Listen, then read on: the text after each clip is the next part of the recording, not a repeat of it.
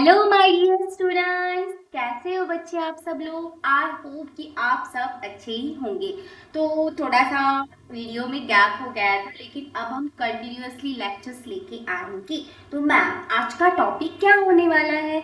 तो आज का टॉपिक है हमारा organic chemistry, some basic principles and techniques. This is the most important topic of the whole chemistry. We know that the chemistry is divided into three parts: physical chemistry, organic chemistry and inorganic chemistry.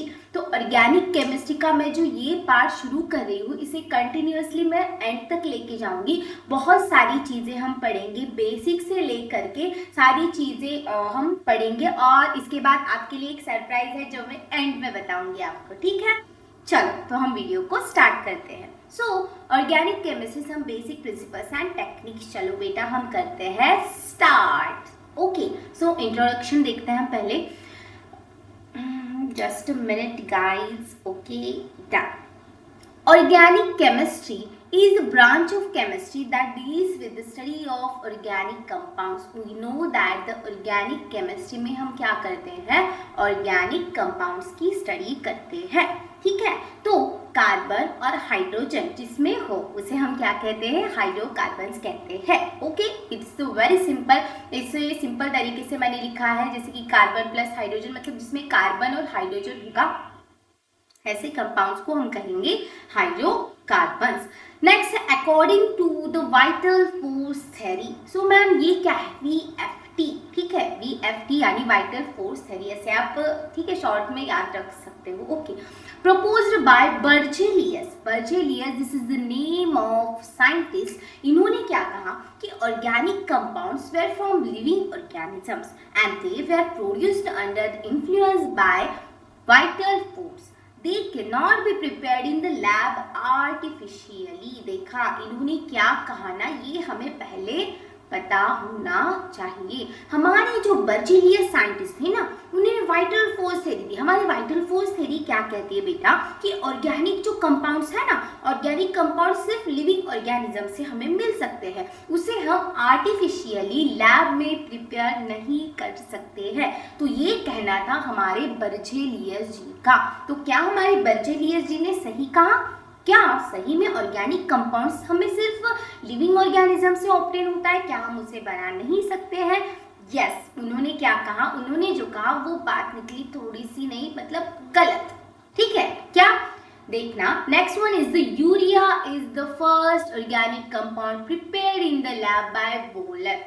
Next scientist है हमारे Berzelius जी ने कहा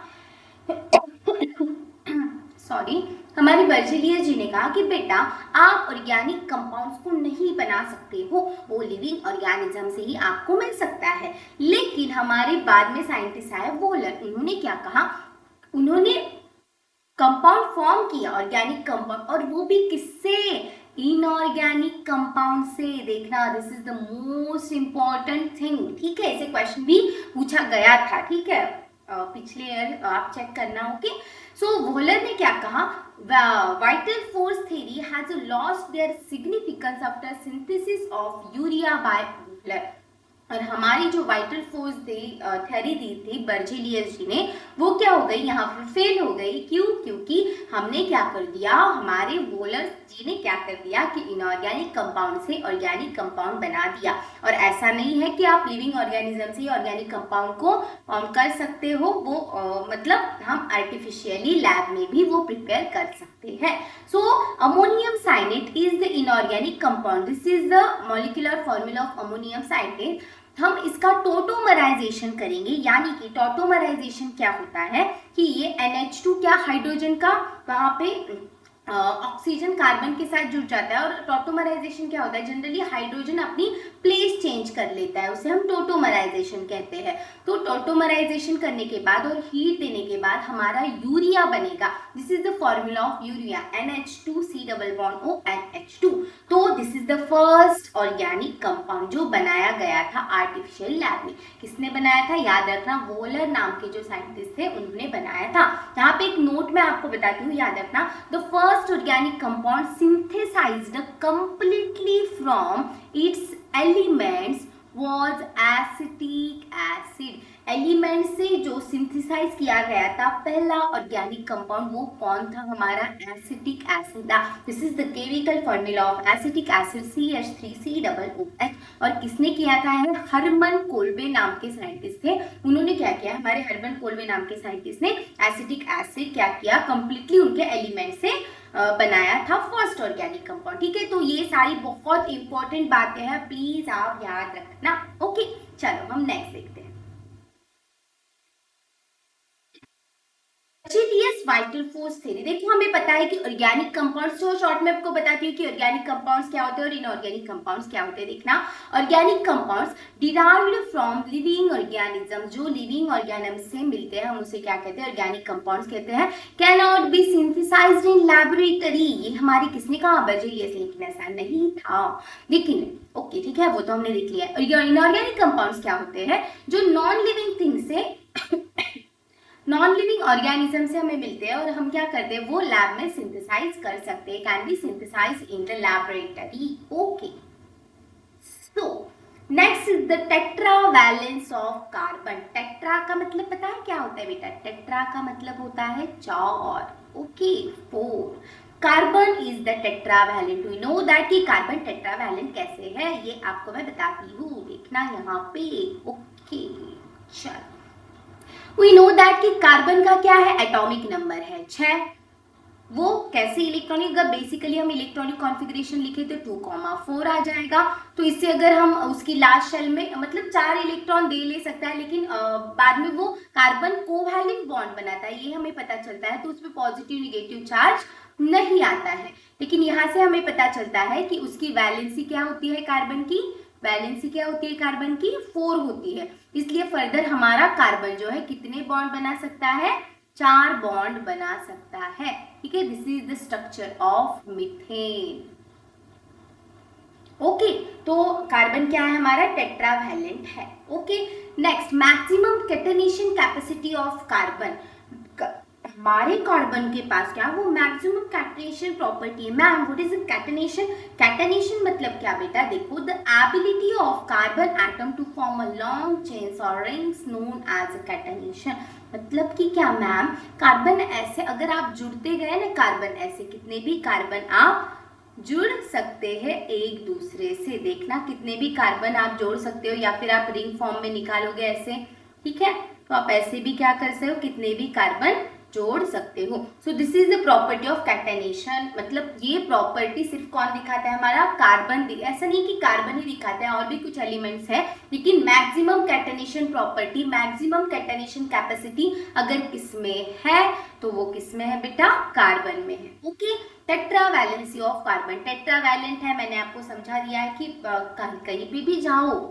हमारे एक teacher थे, most of the time वो कहते थे कि कार्बन की वैलेंसी आप दुनिया में कहीं पर भी जाओ, लेकिन कार्बन की वैलेंसी आपको 4 ही मिलेगी। पता नहीं वो ऐसा कहते थे, बस मुझे याद आ गया तो मैंने आपके साथ शेयर कर लिया। नेक्स्ट क्या है? Isomerism in organic compounds of carbon.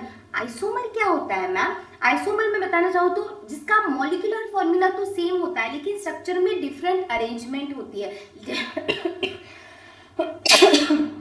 I am extremely sorry, मेरी तबीयत थोड़ी सी खराब है तो बार बार खांसी आ रही है, इग्नोर दैट। ओके, आइसोमर्स क्या होता है? जिनका मतलब मॉलिक्यूलर फॉर्मूला तो सेम होता है, लेकिन स्ट्रक्चर्स में डिफरेंट आता है, उसे हम आइसोमेरिज्म कहते हैं। तो ऑर्गेनिक कंपाउंड्स ऑफ कार्बन, ये भी बहुत इंपॉर्टेंट टॉपिक है। एक्चुअली आइसोमेरिज्म क्या होता है? 1 or 2 or more compounds that have the same chemical formula but different arrangement of the atoms within the molecule and may have been different physical or chemical properties। जो मैंने कहा था कि veg और dash में, जैसे कि हम देखना यहाँ पे अगर हम जैसे कि हमने यहाँ पे मीथेन ऐसे लिखा है, मीथेन का स्ट्रक्चर टेट्राहाइड्रल होता है। देखना, मीथेन का स्ट्रक्चर कैसे होता है? टेट्राहाइड्रल होता है।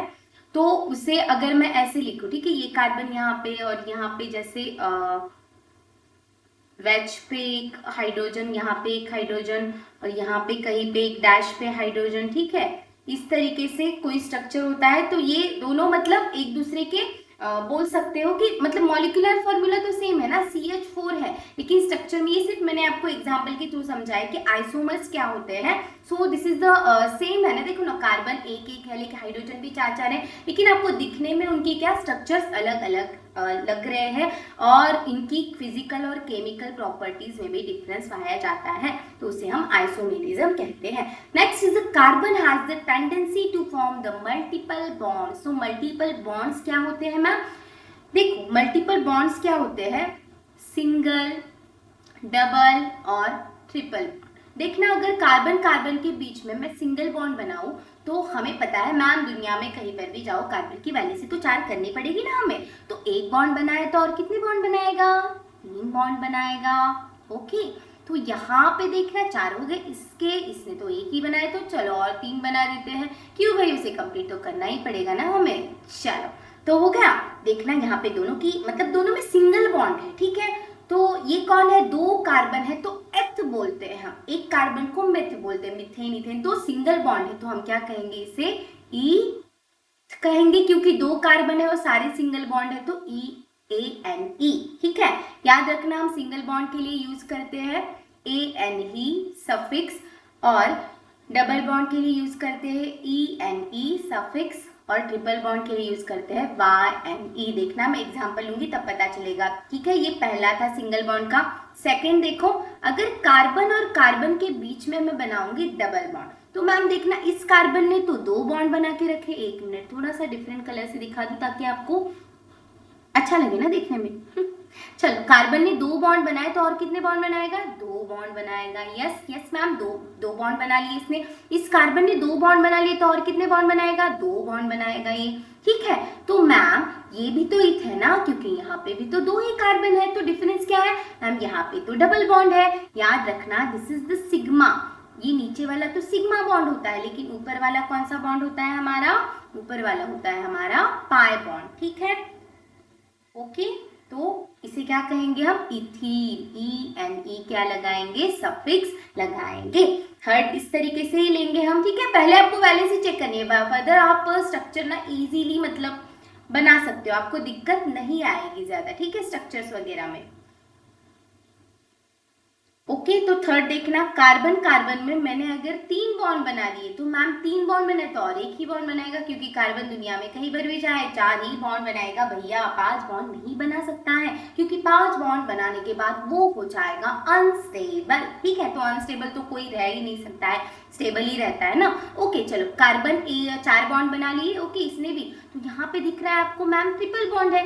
मैम यहाँ पे बताना कि चलो मैम नीचे वाला तो क्या है, नीचे वाला आपने बताया सिग्मा है, ऊपर वाला पाई है, और उसके ऊपर वाला क्या है, ये वाला भी क्या होता है, पाई होता है। उसके ऊपर भी बात करते हैं हम, लेकिन 4 बॉन्ड की ज्यादातर हम नहीं देखते हैं, तो चौथे बॉन्ड को हम 5 वगैरह मल्टीप्लेट्स ऐसे बोलते हैं हम। ठीक है, तो इसका नाम क्या हो जाएगा मैम, यहाँ पे भी तो 2 कार्बन है तो इसका नाम हो जाएगा इथाइन। QINE लगाए, क्योंकि यहाँ पे कितने बॉन्ड है, 3 बॉन्ड है। तो यहाँ पे हमने देख लिया कि हमारा जो कार्बन है वो क्या फॉर्म कर रहा है, मल्टीपल बॉन्ड्स का फॉर्मेशन कर रहा है। ठीक है, तो यहाँ पे मैंने आपको समझा दिया tetra valency of carbon, carbon is tetravalent, ये कॉन्सेप्ट मैंने अच्छी तरीके से आपको समझा दी है। ओके, तो चलो गाइस, यहाँ पे हम करते हैं हमारा लेक्चर खत्म। तो कॉन्सेप्ट कैसी लगी जरूर बताना, इससे आगे ही हम चलेंगे। यस, धीरे धीरे हम बढ़ेंगे, ऑर्गेनिक केमिस्ट्री को पूरा अच्छे से पढ़ेंगे, बेसिक से पढ़ेंगे। इसके नेक्स्ट वाला वीडियो भी जल्द ही मैं अपलोड करूंगी, और उसके पहले मैंने बोला था कि मैं आपको देने वाली हूँ surprise. What is surprise ma'am, मैं आपके लिए ले आऊंगी एक 1 शॉट में मतलब बेसिक ऑर्गेनिक केमिस्ट्री की वीडियो, जिसमें हम पूरी क्या बेसिक ऑर्गेनिक केमिस्ट्री क्या करेंगे, जैसे कि GOC नहीं, पूरी GOC नहीं, लेकिन शॉर्ट में जितना भी आपने पढ़ा है उतना हम कम टाइम में एक्सप्लेन करने का ट्राई करेंगे। ओके, तो बहुत इंटरेस्टिंग वीडियो होने वाली है, तो ये था आपके लिए छोटा सा सरप्राइज। और इसी वीडियो को कंटिन्यू नेक्स्ट लेक्चर आएगा, जिसमें हमारा टॉपिक क्या है, some basic, okay, organic chemistry, some basic principles and techniques. तो इस टॉपिक को हम उसके बाद कंटिन्यू करेंगे नेक्स्ट लेक्चर में। Okay, so thank you for watching this video guys, फिर मिलेंगे नेक्स्ट लेक्चर में। Thank you.